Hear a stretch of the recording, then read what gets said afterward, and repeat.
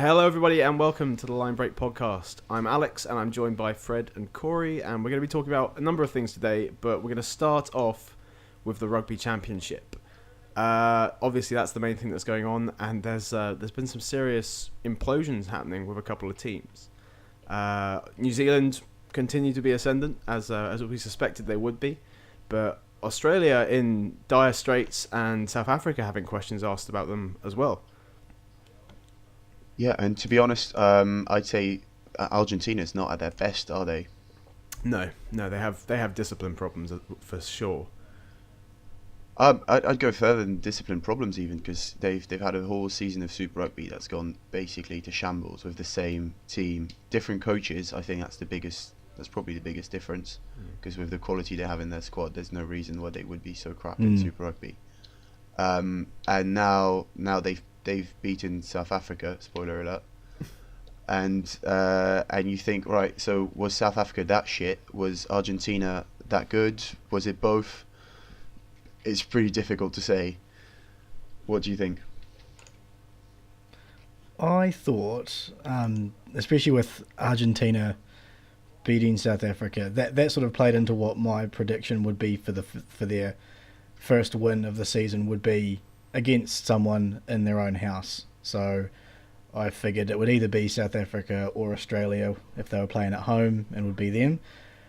Thought it would be that close, but having said that, as you said before, the disciplinary problems really are just following on from the Super Rugby campaign they had, which was really ugly, to be honest. They had some moments of brilliance, but it was marred by a lot of issues they need to address, and it seems like it's fed straight into the Argentinian camp, which, I mean, it's nice to say Super Rugby doesn't always, equal Rugby Championship form, but it seems like it's really carried over, like a 1-by-1 ratio, really.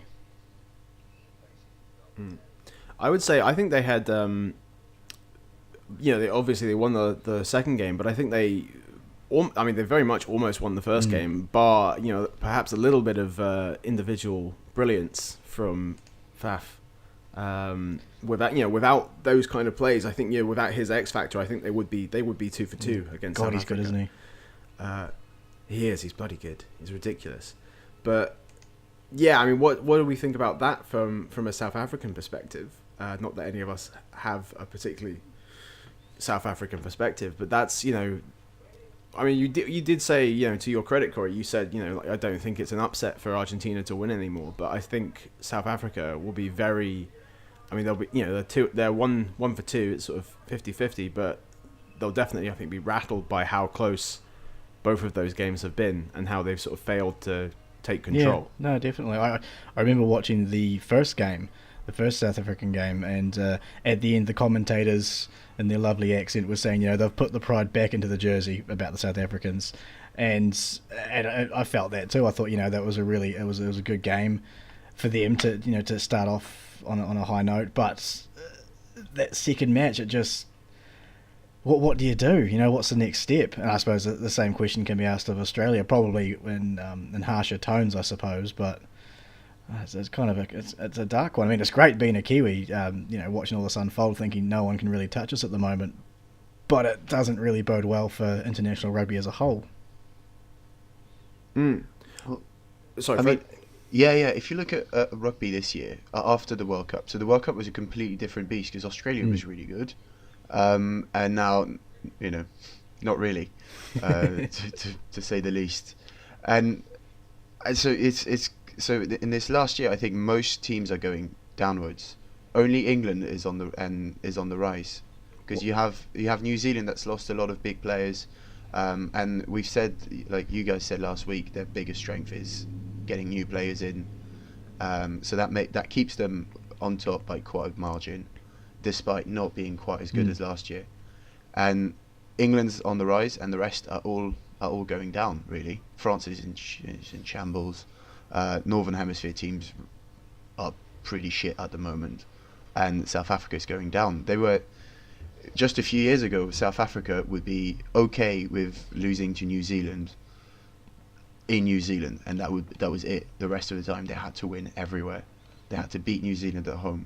Now if they got close to got within 10 points of New Zealand at home, they'd probably be happy. Mm. So we've got a whole new order of things, and it's really difficult to predict what it's going to look like in 2019 from now. Yeah, it's quite a. I mean, there's definitely been quite a tectonic shift. I think it's interesting that you say the way like watching New Zealand play. I don't necessarily feel like I'm not. No, you're not saying that they've slid backwards, but I feel like they're still pressing forward. Like I feel like they're doing some new stuff. I feel like I can see some new stuff in They've always been great at the offload game, but there's just something about the continuity. Maybe it's just because they're playing on a high and the confidence is really great, so just the continuity is there and they're trying stuff and it's working. But I'm not sure that I would say they've plateaued. I feel they're still pushing the boat a bit. Well, I only think they plateau, like you say, because they're losing players. They've just lost players, but I think that they're gonna go back up pretty quickly. I mean, New Zealand right now is playing pretty perfect rugby. There's not much you can say that's going wrong. The only way they can go right now is up, because their system is working and they've got new players coming in and it's working, and these guys are gonna get better. They're gonna get used to the All Blacks, and it's gonna go up and up, and it's a bit ridiculous for everyone else. Yeah.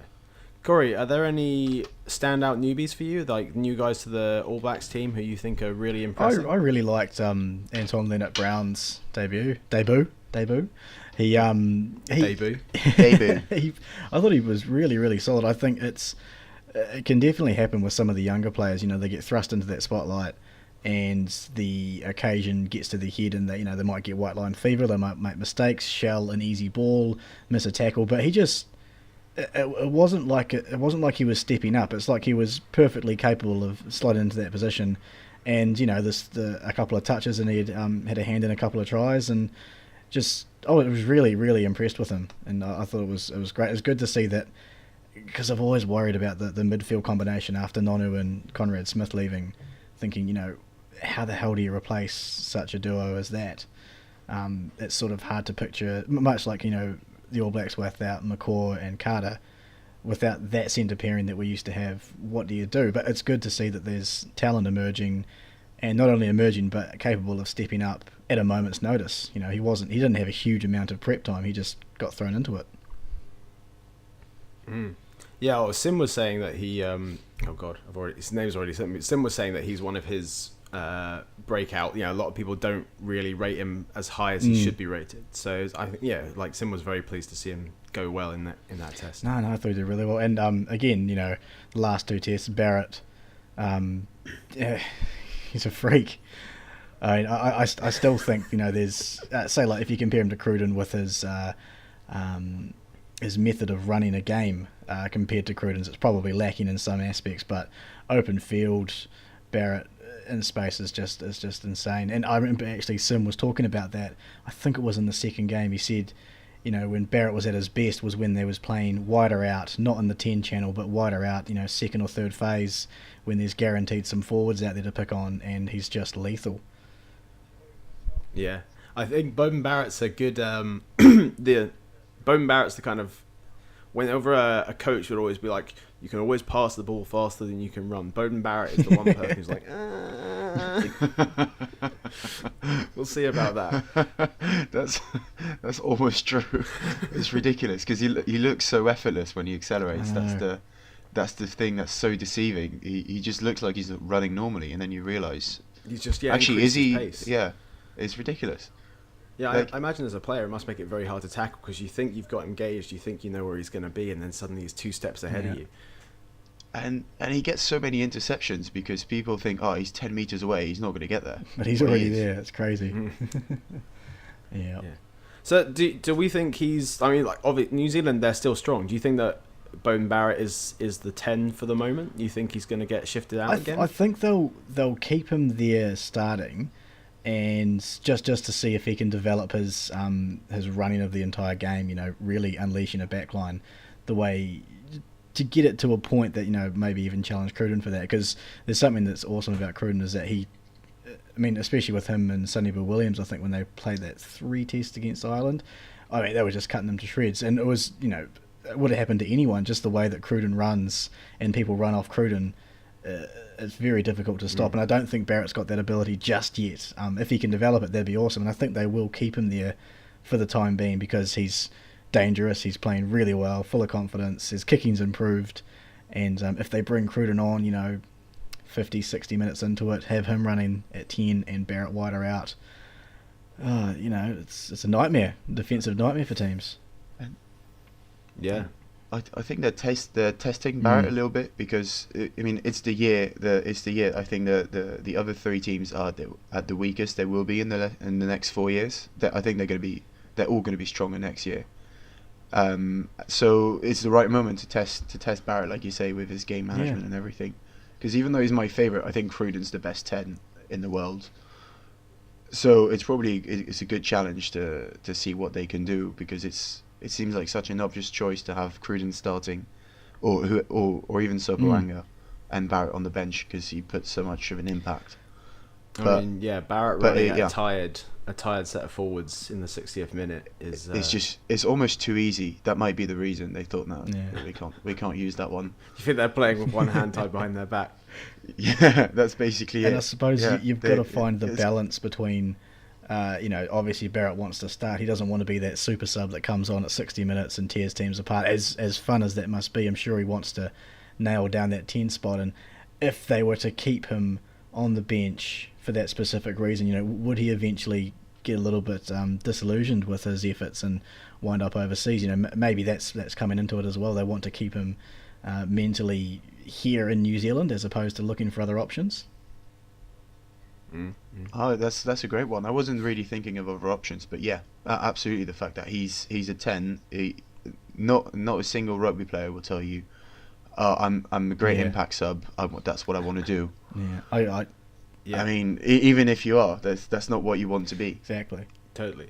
I think also as well. I mean, there's something to be said for a potentially improving Cruden's game. If he sees Barrett tearing it up at 10, he's going to want to push himself. He's going to want to start doing stuff. And if you can start to see Cruden start doing some of the stuff that maybe Barrett's doing, that'd just be mental. I mean, he doesn't necessarily have the raw pace to be able to pull that off, but certainly if it helps push his game even further, then you've got just these two devastating 10s to choose from. Yeah, absolutely.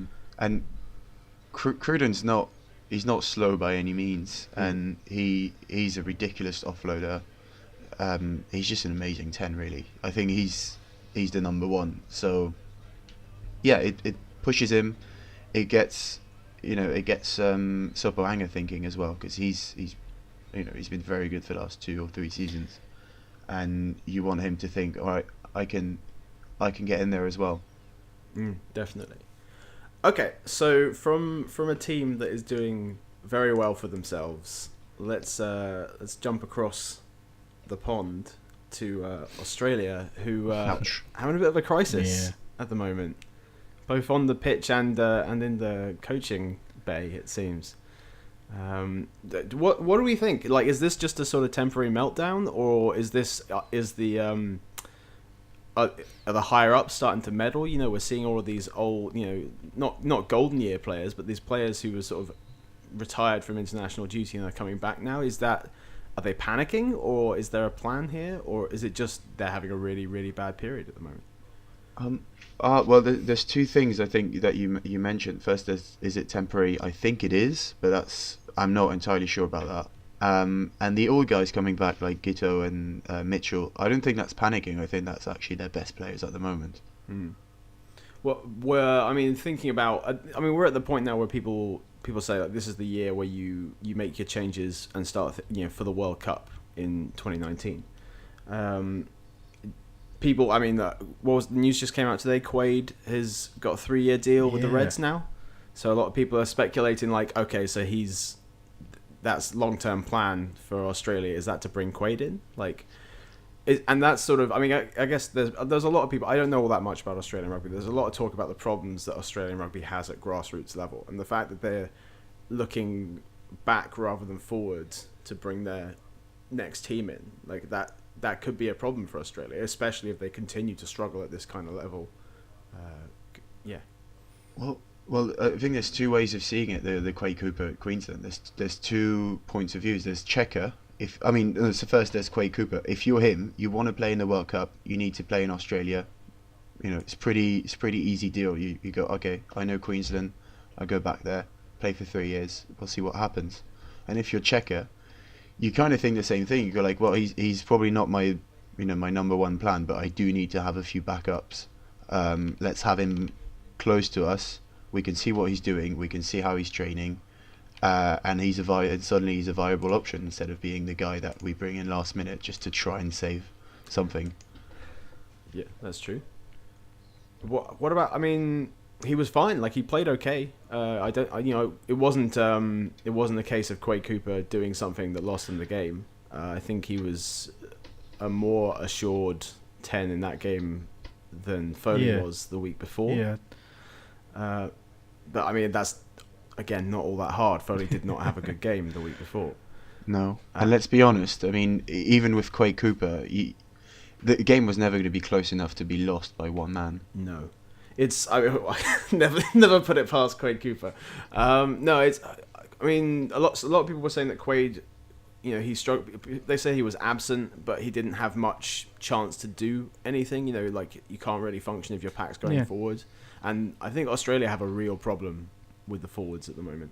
Like, they seem to just be having real trouble at the breakdown at their set piece. It's not good. No, I think that's about right, really. Especially with, as you said about the forward pack, if they're not going forward, laying down a good platform, it's hard to fire. And in the New Zealand camp, Aaron Smith is exactly the same. He's not, he's not the kind of player that can pick up the game by himself and turn it around. If his forwards are playing well, he gets to unleash everything he can do. But if the forwards are struggling, he's on the back foot, and he gets put under pressure, and he makes pressure situation decisions. And I think Cooper was just put in that kind of position as well. I didn't think he was playing that poorly, and I did like that at the end. Their biggest opportunity to score was when Quade took the ball up. Was for him. A nice, really flat ball straight into Follow on his left shoulder, straight through. I'm thinking, and could have done that an hour or so ago. Might have been a bit of a different game, but I just. Yeah, there seems to be, it's more than one thing with Australia, isn't it? And it seems like they're all sort of compounding to this horrible situation we see before us. Yeah, and with something like that, where you say, like, oh, why didn't they do that? Why didn't they do that half an hour ago? Do you think that's just they were shell shocked by the game the week before and what was happening in front of them there, or do you think that they are being a bit miscoached at the moment, maybe, or that they're like the game plan wasn't there, like the plan wasn't okay, let's get some flat ball to Folau, let's crash, let's break the gain line a bit. Do you think it's a confidence issue on the pitch, or do you think there's maybe a confidence issue or a misplanning issue off the pitch as well in terms of how they're preparing for games at the moment? It seems like the Australians will never really lack confidence, which it sounds insulting, but I love it about them. They never back down, and it's awesome to see. I'd say leaning towards the planning. I think Checker even said so himself. He felt he was at least partly to blame for the first big loss because of mismanagement, not like intentional, just he didn't quite get things going the way he wanted to. And it's I do like Checker. I think he's a really passionate, intelligent coach. Susceptible to a few tantrums, but who isn't? And I can't really pick it. It just seems to be. I don't think they're lacking in talent. I don't think they're lacking in a game plan, because I think in the second game they had an idea. They were going to frustrate the hell out of the All Blacks and make them retaliate and make mistakes, and you could see that because what was it? Robbie Coleman he was a lock. He got carded. I think that was they went in with this plan, just frustrate the hell out of everyone and sit and build it up. And I think as a result, it was a tighter game, not just because of that. I think Australia played better, but I don't know. It's hard. I can't really get into Checker's mind. He's too crafty. I can't really figure him out. Yeah, no, I do like Checker as well, but yeah, he is prone to these tantrums. I wonder if in the same way that you have these confidence players, I wonder if Checker is a confidence coach. I wonder if he doesn't go on tilt a little bit if things have gone wrong, and things did go wrong for them. Like, they didn't have a good series against England. It was far under what they expected to do. And then, to open, to try and pull something back with that first game, I mean, it's a hard team to go up against to try and get some confidence back. But for it to go that badly, I wonder whether he needs to just take a breath, if he needs like a Joe Marler moment, just pause and sort of have a think and reassess. Yeah, definitely. I think you had it right with the what Australia were trying to do, which is frustrating. That's frustrating New Zealand. That's the only way anyone's ever beaten them, is by frustrating the players and bullying them. Actually bullying. That's the only way you can beat the All Blacks, is to make sure that the 9 is on the back foot and the 10's on the back foot, because that never happens to them. So what do you do if you're the best 10 in the best 9, best 10 in the world? You're dominating. You're used to being behind a big pack. You're used to running at everyone, and then suddenly it's not happening. You're going to panic. That's how you beat the All Blacks. That's the only way. So that's what Australia are trying to do, but they don't have. They don't have the firepower to do that. And the confidence in the coach is quite an interesting thing, because it seems like right now they're just digging a hole for themselves. But surely they'll have to pick themselves up. Like, I think it's going to happen, whether it happens against Argentina or South Africa, we'll have to see.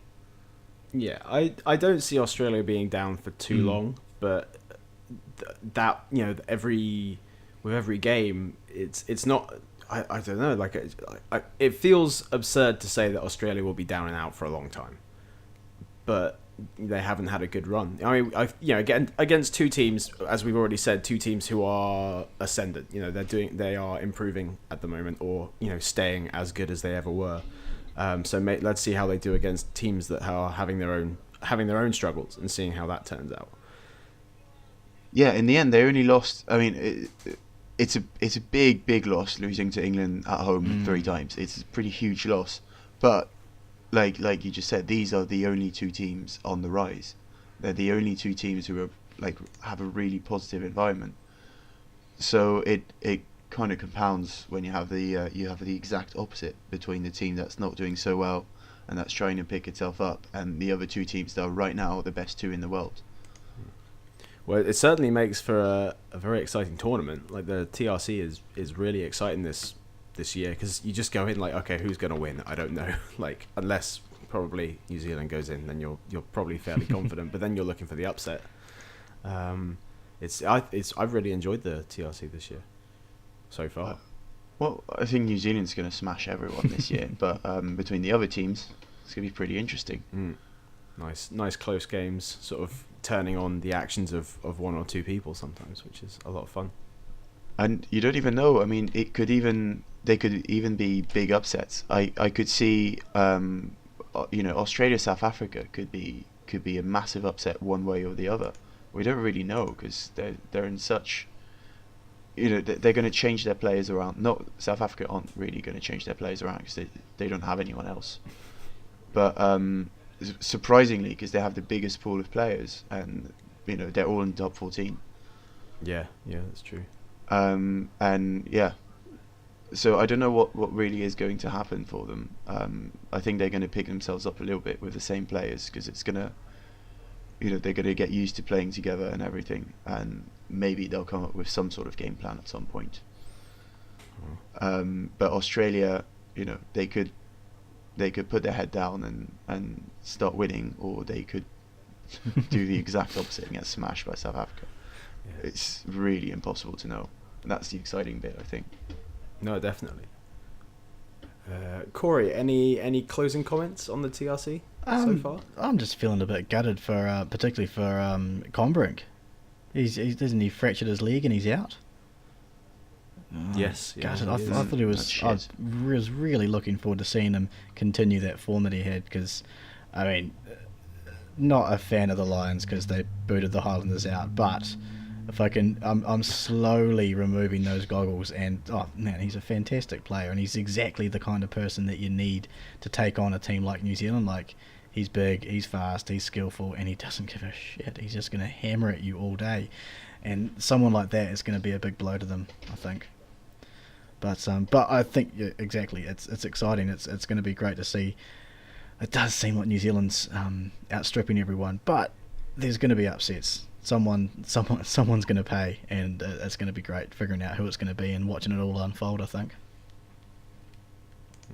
Keeping a close eye on the coaching box. Definitely. I think Comrick's the kind of wingers that we don't really get in the Northern Hemisphere. Kind of like the guy that just kind of like Adam Ashley Cooper style player in Australia that just runs really hard.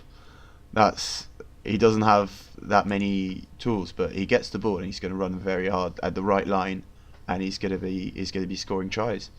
And we don't really have that, I think, in the Northern Hemisphere.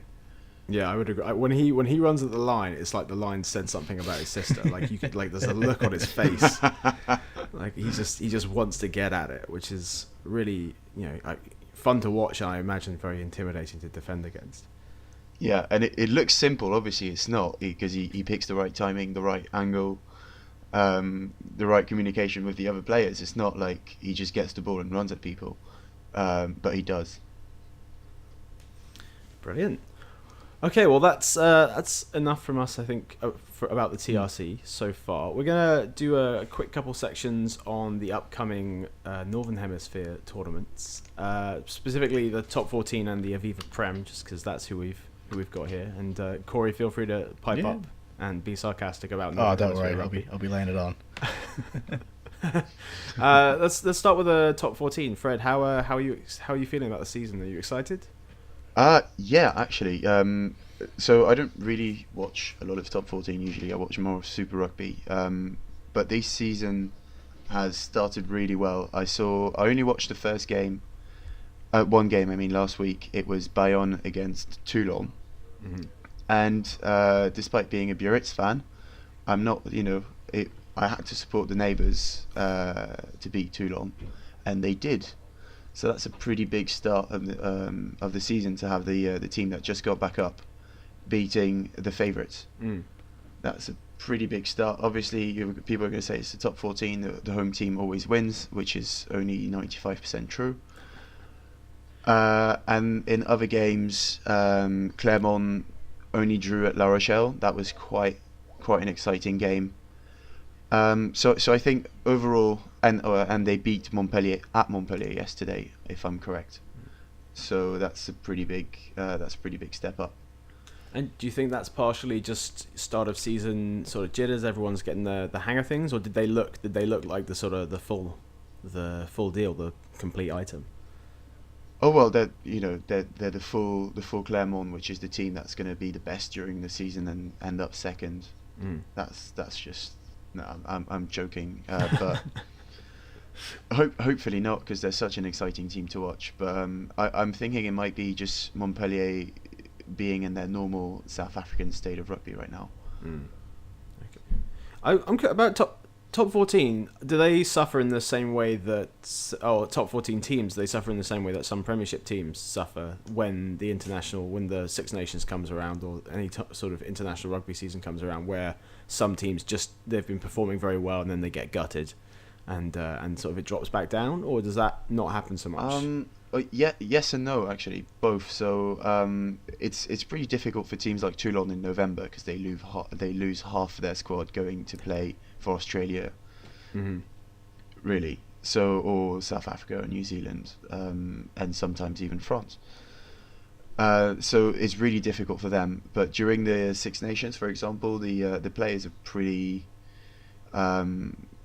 There's a couple players in every team, and there's a few more at Toulon and at Toulouse, but that's it. So it's not that big of an impact. They'll always complain. There's always going to be a struggle, and generally it seems like the top 14 has more power than the national French team. So it's a mess. It's a massive mess. It's because the top 14 is making money and the French team isn't really, or maybe they are, but they're just not the priority for most people. So it's a mess. That's my conclusion. Do you think that is there enough pushback to correct that, do you think, or do you think that top 14 will be more important than the international squad for the foreseeable future? That's difficult to say. I think right now in the short term, it's going to be the same thing because there doesn't seem to be an incentive to change, and yeah, the teams are getting bigger. If you look at somebody posted on the sub the money that the big clubs have is not it's not just Toulon, it's Clermont, it's Toulouse, it's Stade Francais, even Lyon is coming up with like a budget that New Zealand that the New Zealand franchises don't have. So right now it's just going the way of the clubs. That's the way it's going. It could change, but it's going to take a drastic change. It's not going to come in the next couple of years. Mm. Oh well, I would like to see somehow like French rugby or the international squad be able to get back to where they were, because that old adage, what kind of French team is going to turn up, is now basically, well, we're pretty sure which French team is going to turn up. Yeah, yeah, we know which French team. Somebody put that in. It was a sketch thread. I think it was even a couple of years ago. That tells you how true it is. It's just like, which team is going to turn up? The shit one. Yeah, the one that hasn't really trained together much and doesn't seem to have much of a plan and has a really worried-looking coach. Yeah, and doesn't seem to want to play much rugby either. Yeah, it's upsetting because I remember, when France was playing, sort of always having that sort of, I don't know, it felt like when you come up against, when someone's matching up against Quade Cooper or something, like it's that sort of mercurial thing, like what's gonna happen, like they were that. I don't know, they were like an X Factor team. Like they were always going to turn up. It was going to be a good game, but sometimes it would just be sublime rugby, and I'd love to see that come back. To France. Totally. It's that whole era between 2005 and 2010, I think, where the team was actually strong, the pack was strong, and we were bullying teams, and the wingers were finishing the work, and that just hasn't happened in the last 5 years. And we've got a new coach, but it's looking a little bit better. Well, it could be worse than the previous one, to be honest. But in many ways it's looking better, and in others you think this is pretty limited, because it seems like the only game plan is get massive back rows, get them running at people and offloading the ball, but nothing else. So when it works, it's pretty nice to see, but it's not, you can't play 80 minutes of just forwards offloading the ball. You're not playing Rugby 06. Oh god, I missed that game. In that game, that's a brilliant game plan. That's all you need to do. On Rugby 06, I learnt on the kickoff, if I kicked it to the top right corner at the perfect distance, then my winger would always just be able to run up and catch it and score. I would kick it between the opposition 9 and 10 on the right as well, and the centre could get that ball. Flawless victory. I remember when my friend and I discovered that you could just run in circles and no one would be able to tackle you. So never tried that. Yeah, no, that's great fun. Like if you're trying to kill time, if it's a close game, just run in circles. Great. Okay, I have one final thing about the top 14. Just occurred to me as we were talking. We see like players of quality and questionable mood, like Picamole, coming across now to like the top 14. How much do you think, with this sort of the prevalence of top 14 teams bringing stars in, like do you think there are going to be a lot more French players going to other leagues to play and make sure they get playing time and that they can stay quality, or do you think they're still going to stay home? That's a good question. I don't really have an answer to that, because Picamoles is not in the situation of most French players, because he was going to start at Toulouse anyway. But yeah, so those guys that are going to, he's going to be the highest paid or one of the highest paid players in the Prem. He's not in that situation that we have with a lot of young players where they're really good, they're doing very well, and they're just not playing. I mean, just last week I was talking to a girl who said she knew one of the Toulon centres, and I asked his name, and I didn't know it. I didn't know him. I was like, I know 5 of their centres, and I still don't know your friend. This tells you, that he just never plays, and now he moved to Lyon, and he's playing. Yeah. So that's what's going on right now, is that they have a very good academy, but they don't have any space for their players, and that's true in a lot of clubs. Only, as far as I know, only Stade Francais and the top teams is really bringing young players in, young French players. So, do you think it could be the case that like in the future, like the French team is made up from people playing in D2, like because they can't get put on a D1 team? Or? I wouldn't go that far because you still have 14 players, 14 teams. Sorry, but I've always been not always, but I think I found a solution that's never going to happen ever, which is to have 5 super teams, kind of like in New Zealand, 5 like franchises who play very few games at the highest possible level, and then a massive D2 with like 30 teams, so you can keep all of the traditional clubs and you can keep all of the tradition, and you can have a proper high level in there, and meaning that all the young players can come in and have a go at high level rugby instead of being stuck in D2 where it's still pretty much I watch a little bit of it because Puritans in there, and it's pretty much a brawl. It's old school French rugby. It's forward dominated. It's not very interesting to watch. Okay, well it's an interesting time for French rugby, but not necessarily in a good way. Not in a good way at all. No. Okay, well leading off of Pick 'em all then, let's talk about the Prem, and starting with Saracens, who just look better. Like, I mean, they've just based off of who they've brought onto the team, like they don't look any worse, and they've brought in quite a few star power players. I'm trying to remember all of their transfers off the top of my head, but I know like Pick 'em all was one of them. No, Pick 'em all's going to Northampton. Is he? Fuck me. Yeah. Oh no, when did I get that wrong then? Sorry, just Pick 'em all going to Northampton. But so Saracens, who have they brought on then? Let me check because I'm not sure. I remember looking through it. Like I don't know that they've made anything huge, but it was. I've blown myself out the water here. Oh no, but so Premiership, Saracens looking great. I think they are still going to be the team to beat, both I think in Europe and in the Prem. Oh, that's for sure. Yeah. Which is like, when was the last time we had a team that dominant? Who you were like, they've won 2 and they'll probably win this in the Premiership or in Europe? I mean, let's say both. Like, well, in Europe it's pretty easy. You have a team, that won 3 times the European Cup in a row and 2 times one time the top 14. That's Toulon. In the space of 3 years, they won. They won the top 14 and 3 times the European Cup. That's true. That's not going to be equalled in a while. But yeah, you have. So I've got the Saracens last year were just head and shoulders above everyone else. Yeah. And it's not just Itoje, it's the entire squad that was playing good rugby, not giving a shit about being hated by everyone else. Mm-hmm. Reveling in that as well a little bit. Probably it helps. I mean,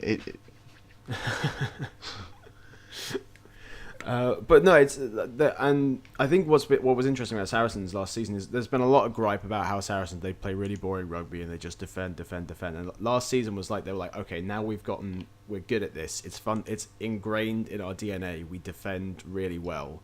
Now let's start playing some really exciting rugby.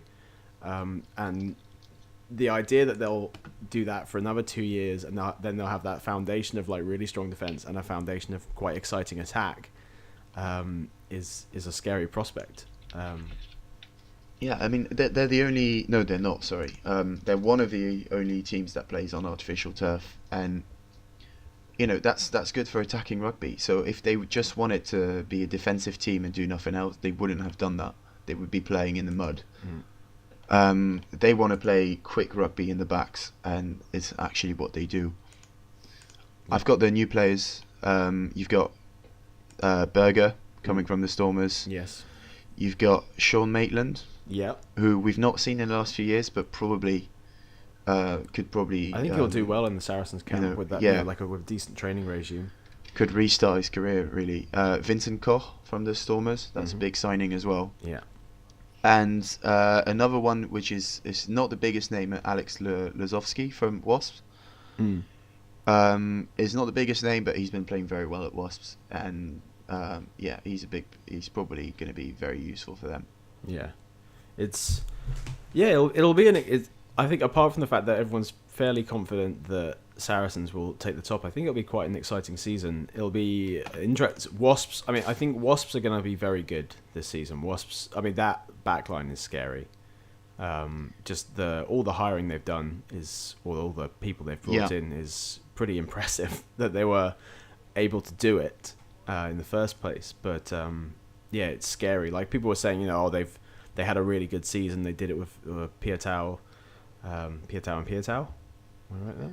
But, both Piataus. Both Piataus. And now they're gone, so how are they going to do? And then they responded with this recruitment drive of epic proportions. And it's going to be, the start of the season is going to be a big test for them, because clearly their system was working. The whole team was playing really exciting rugby. I think it's the only team that was more exciting to watch than Saracens in the Prem. In the Exeter as well. But I would sort of agree with that. I mean, what's that statistic? Wasps score more tries in the last 10 minutes than any other team in the Prem. Like, they like that last gasp burst, and they have the stamina to make it as well. But the problem for Wasps is that they've lost a lot of players. So even though they've brought in some incredible quality, they've lost a lot of players. So they're going to need to be quick on the turnaround and be able to adapt really quickly to that. I mean, I've got the transfers in front of me. They lost both Piataus, so Lazowski, George Smith, Rory Jackson, Bradley Davies, Fistuccia, Mazzi retired, Cittadini. They've lost a lot of players. There's only right now that I realised they had 3 Italians. And they're bringing in Cipriani, Beale, obviously, and Kyle Easman and Villy LaRue. That's quite a lot in the backs. Yeah. Well, and also we don't know who Wasps 10 is going to be, like who their starting 10 is going to be. Yeah. Well, so last year they decided to have both Rory Jackson and obviously his name. Oh God, it's disappeared from mine as well. The Kiwi. Yes. Corey, this is where you're meant to be at, hopefully. Oh, sorry. I was reading through the conversation on Slack before, actually. The one point I was zoning out. I was listening to everything before, trying to pick my favourite sounding top 14 name, so I could follow them, and I decided on Montpellier, and then I completely zoned out. Sorry, what were we talking about? Wasps. The Wasp 10, the Kiwi 10 from what's his name? God, it's annoying. I watched him all season, and I can't. Yeah, no, I should definitely. Do you remember what team he played for? I was thinking about him. Oh, that was a long time ago. Probably Blues, but because he went to Leinster. Oh, I'm thinking of Issa Nathiwa, aren't I? How is this faded? This is killing us. Right, we'll move on. Dead air. But yeah, they got Jimmy Gopperth. Jimmy Yes. Gopperth. Yeah. Damn! Yeah, I mean, and he's been quality. He's been really. I mean, he's been cannon of a boot. 33. That's a throwback. Oh. Yeah, no, but he's quality out here. Like, I think because Cipriani, like everyone talks about, maybe Cipriani hasn't got the boot, so maybe it'll depend on games where they think there's going to be a lot of penalties, or they're going to have to take a lot of kicks. Maybe Gopperth starts. Well, if they need the kicks, they've always got Elliot Daly. Oh, that's as well. true. They've got Daly. They've got Daly. They've got Curly Beale. Yeah. With his new haircut and beard, I did not recognise him at all. He looks so much smarter like that. Oh, he's looking so without fresh. The porn star moustache.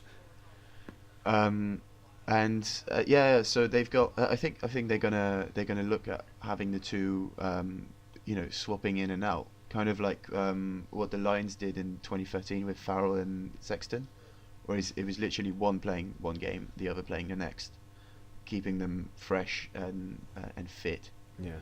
Because if you've got 2 10s of this quality, you're not going to want to have Gopperth on the bench for 80% of the season. That doesn't make much sense. No. You're going to want them to swap in and out, and then obviously for the big games they're going to have to make a decision on who's the main man. But throughout the season, because they want to win 2 competitions, you can't win 2 competitions with one set of backs. That's true. That's true. You need 2 10s, you need 2 12s, and that they've got 2 12s now because Beale is probably going to play 12, isn't he? What do you think? Probably. Like, I'm not. I don't.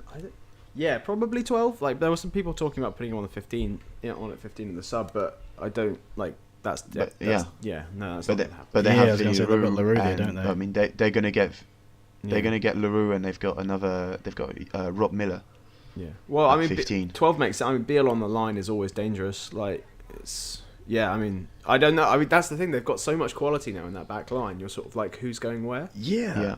And I'm guessing if you want players to complement themselves, complement each other.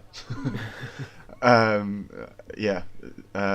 if you have Cipriani, you're probably going to play Eastman outside him, and if you have Gopperth, who's a bit more classic, you probably want a crazy player like Beale just outside him. Yeah. I mean, yeah, that kind of, that's terrifying, really. When They have a hell of a backline. I'm just looking at all their stuff. They've got Cipriani, Gopperth, Beale, Daly, DeLuca, Eastman, Leua, Halai, Tangi Thuckenbauer, Wade, and LaRue. Just the ones that I recognise. That's insane. Yeah. No, like when the transfer wire was going in the off season, everyone was like, "What the hell is happening at Wasps?" For one, how can they afford all of this? But also, just like, how are they getting all these people on there? I think the biggest surprise was Kyle Eastman. Yeah. Because you go like, okay, they've filled an entire backline. They're ready to go. They've got a brilliant squad, and then suddenly this guy just comes in at Wasps. Yeah. Well, where was he? Was he rumored to sail? I don't know. He was rumored to go somewhere else. I don't think it was Quins, but he was rumored to go to Sale, I think, and then last minute he changed his mind and went to Wasps. Maybe him and Cipriani are Bessies. But yeah. But yeah, so I mean, in terms of your top tier teams right now, I think you've got Wasps, you've got Saracens, and Exeter are going to make a push this year as well, I think. Yeah, definitely. In terms of the middle of the table, that'll be interesting. I think the middle will be. I don't know. I'm pretty sure. I think the top very early day prediction. I think Saracens, Wasps, Exeter maybe switch 2 and 3 around. Like, that's very early days. But that middle, I don't know what that's like. I know that Quins aren't going to do very well. I don't think, which is upsetting. But they could. I mean, I live in hope. Like, Quins can always pull something away, but I'm not sure. We'll see. Like, we've got some really nice young guys coming through. I need to see us get another 10, because Evans is great. I love Evans. He's fantastic, but he's getting old, and we need to know that we've got a confident 10 in the wings. And also, I think it will depend as well on international duty how much. This is where you get Rory Jackson. Yeah, we have got Rory Jackson. It's true. And then who else? I don't know. There needs to be a third.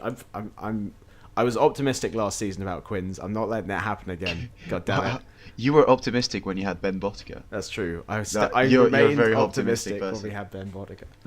And I still think he wasn't as bad as a lot of people were saying. No, he wasn't. That's the worst thing. He just has really shit luck. Oh yeah, he completely shit the bed in the final, obviously. Like, but in the final game, it was. But again, like, yeah, it's a shame. But what do you think the middle of the table is going to look like? Who do you think is rebuilding?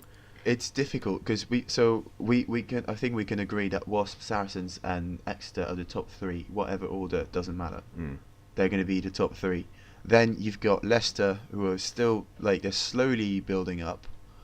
There's Bath, who are a complete unknown. They could be really good. They could be completely shit. We don't really know. And then you have Northampton, who are kind of in the same situation as Leicester, where they've got a good team. They've not done very well, so they could up their game and be one of the biggest teams in the Prem. So I think we've got these teams that are going to battle for the 4th spot. Yeah, I think Sale will impress this year as well. Like, I think they'll do pretty good. I mean, it'd be interesting to see how they do without Cipriani at 10. I was going to say that. Yeah, I would have been more confident at the end of last season saying Sale are really going to push it next season. But without Cipriani, we'll see. We'll see what they do. I mean, it perhaps doesn't bode well for them that they, when he announced his move, they took him away, and then after a couple of games, they put him back in. Probably doesn't bode well for the kind of, their second, or who was their second starting 10. We'll see what happens. Well, to be honest, it's a bit shit. If your player announces that he's going somewhere else the next season, he's still your player for the season. I don't really see the point of saying, "Oh, now you're on the bench." Then. Yeah. No. Maybe that's just a reaction to Cipriani. But yeah, as in you're only hurting yourself, really. Yeah. Well, I mean, it feels weird. Like, okay, well, you've got a player the quality of Cipriani for the rest of the season. Get the best out of him while you can, rather than. I mean, maybe that's what they did. Maybe they threw a wobbly for a couple of weeks and then decided that they were being silly. Hopefully, that's what they realised, rather than, oh god, our next 10 in line isn't able to do what Danny's doing. Or I mean, we don't know, but it's possible that they actually did it the really smart way, saying, okay, he's not concentrated on us for the right now, so we give him a couple of weeks and then he'll be back to full strength. Yeah, that's true. They could actually have been very smart. It doesn't look like it, but we don't know. We don't know how it. We don't know what's going on behind the scenes. Okay, well that's enough on the Prem. We'll talk more about both the top 14 and the Aviva Prem, I think, and also the Pro 12 as the seasons kick off and exciting things start to happen. Just to finish off, let's talk a little bit about the future of the pod. Fred, you've got some plans, some stuff you want to do. Why don't you tell us about it? Yes, plan's a very big word. So basically, there's quite a few of us doing a podcast, and we're all big rugby fans, and we watch a lot of it. Some of us actually play on the weekends, at very various levels. I think the interesting bit for us would be to talk a bit more about things that concern the players directly. So about preparation, about game management, about coaching, and everything. So what we want right now is just ideas, propositions from people. If you've got anything that you want to add to the podcast, if you've got ideas of things we could talk about or get people to talk about, that'd be great. I think, because I think there's not much out there in terms of playing content in podcast, except for one. Actually, there's one podcast called the Rugby Coaches Corner podcast, something like that, and it's really brilliant. It's a much higher level to whatever we'll be doing. So it's not really. It's not really aspirational. It's aspirational. Yeah, exactly. So brilliant. Well, okay. So if you're listening to this and there's stuff that you'd like us to talk about, then you can either tweet us at Linebreak Rugby, or you can drop a message in the sub, and we'll definitely see it. Or post a comment on this YouTube video, and we'll take any recommendations that you put in, and we'll see if we can put together some content. I think it'd be a good idea. Be good. Lots of fun, lots of different perspectives as well. We've got players from the northern and southern hemisphere. We can have a good argument about how to approach some problems. Maybe I can teach any future halfbacks how to be the most obnoxious version of yourself. It's an art, absolutely. And we can talk about how to get the best angle on a rugby boot when projecting it into the stands. Yes. I still can't believe. I looked at it. I looked at the title. I thought, it'll be a little chuck. But no, he launched it. Man, he absolutely he's been watching the Olympics, mate. He's been watching some javelin for sure. Yeah. And to be honest, I think he just didn't want to tackle, so that was an excuse to be busy for another couple of seconds. Oh, jeez.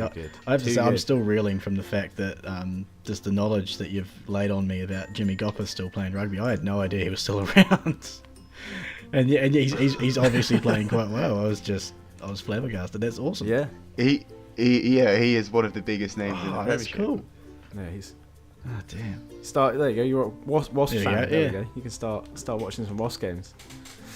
All right, guys. Thanks, Corey. Thanks, Fred, for your time. I hope if you're listening to this that you enjoyed it. Please drop us a like or a subscribe. If you did, there'll be more of this to come. Hopefully, every Monday we're gonna get a new podcast coming out. Until then, I'm Alex as well. I should have said.